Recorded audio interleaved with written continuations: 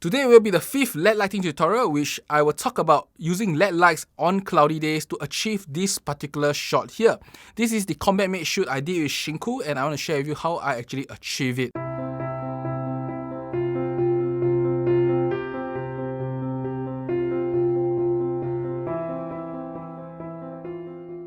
I'm Richard and welcome to Zappy Productions, and today will be this combat made shoot. Let me show you a few photos from it, and I will talk about how I achieve it with LED lighting and of course the camera equipment I use for it. Now in terms of camera equipment, I'll just jump straight. I use the A7S III, so it's not a high megapixel or any fantastic medium format sensor here. A nice good sensor, but it's mainly for videos. And then this is the lens, the 105mm f2.8 macro DGDN by Sigma itself. I think this is a fantastic lens, and in fact if you are doing portrait and the background is not that busy, I would recommend you to use this lens because it is extremely sharp, extremely corrected. Really no complaints on the quality of this lens itself. And then there is the Sony 35mm f1.4 GM. Any shots that you've seen from this particular photo shoot, there's a little bit wider than normal. It's shot by this lens. Very fantastic piece of lens, very light, very small. And overall, I think that this is a bang for buck considering it's a first party lens and costs less than 2,000 Sing dollars. Now, that being said, let's talk about the LED lighting itself. The LED lighting, I use the Forza 60 here and the Forza 300. Of course, the Forza 300 is not just the head. There's also a power pack, as you can see in this behind-the-scenes shot. This light is on the left side and the Forza 60 is on the right side itself. Now, the Forza 300 was using a bare metal reflector like this, and the Forza 60 was using a soft box because the Forza 60's purpose in that particular photo shoot is for fill light. It doesn't need to be very strong. It can be 3 to 4 stop underexposed. That's fine. The whole purpose is to fill the area and also give a little bit of catch light to the eyes itself. While the Forza 300 is actually the key light. Now, you may be asking, why am I using a 300 watt light? Because this is probably the bare minimum to actually light up in a cloudy day. So what is a cloudy day exposure? It is about 1/500 shutter, ISO 100 and f2.8. It depends on how cloudy a day is. It can go as low as 1/300 of a shutter or 1/250 of a shutter. In this particular shoot itself, it's about 1/500 a shutter most of the time.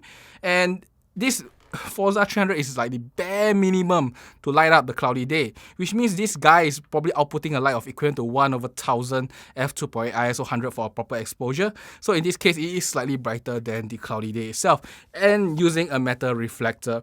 And this reflector has to be positioned really accurately because there is a hot spot. You want the hot spot to land on the subject's face so that it gives this very bright and pop look, while everything else is just lit by the light around that is emitting from this metal reflector itself. The light is not placed very far, it's about 1.5 meters away.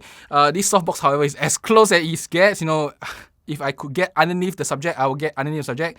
And that's the reason why I love the 105mm lens, because the 105mm lens allows me to really frame the shot in such a way that I can evade the softbox very easily. Now, in terms of lighting, I would say, as I said, 300 watt is probably just enough. And if you don't need LED light, I will not recommend you to use a LED light for such a shoot. Why? Is because it requires so much more power to actually light it correctly.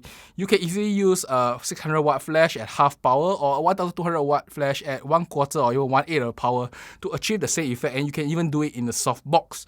While for LED lighting, you have to use a metal reflector because in the soft box, you probably need twice the power. You probably need something like the Forza 600, Forza 500, not Forza 600. Yeah, Forza 500 or the Aperture 600 to actually get equivalent lighting out of softbox, which is firstly very hot and very cumbersome. And not only that, even a 300 watt light on a subject's face is really hot. In fact, my subject Shinku herself, she's saying that the light is actually really intense on her face itself. So personally, LED lighting and outdoors on cloudy days can be done, but I won't recommend it. And no, let's not forget about the power requirement. This guy requires like 300 watt of power per hour.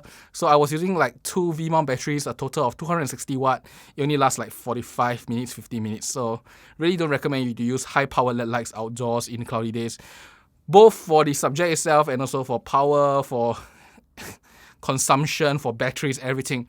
However, that being said, using LED lights outdoors give a certain amount of advantage. Firstly, it's very easy to frame and you get what you shoot and you get what you see very easily. I mean, there's no guesswork out of it. If you're using a flash, you still need to guess whether the light will fall on the face, what shadow is there and stuff. This guy is very simple. You just move the subject, ask Shinku to turn until there is no shadow on the face. You take the shot and you get the photo itself.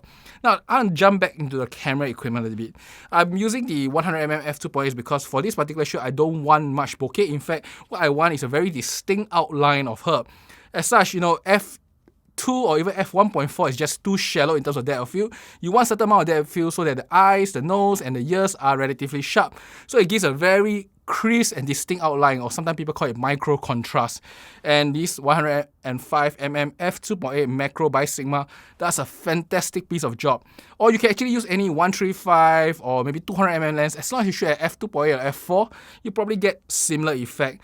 As long as you're not using 1.4, it's okay, because 1.4 depth of field is really little.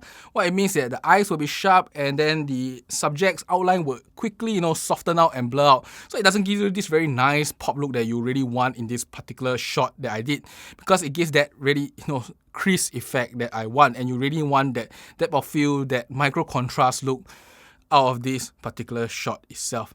And that's about it for today. I hope you enjoy this short little tutorial on lighting. Just a note that even in cloudy days, you need very powerful LED lights. Personally, I won't recommend it, but if you really want to do it, a 300 watt is probably the minimum light you need to get for outdoor shoot with LED light itself. That's about it. I hope you enjoy this, and I will see you next time. If you have any requests for what tutorial you want, be it LED lighting or flash lighting, just put in the comments below and I'll try to do something about it.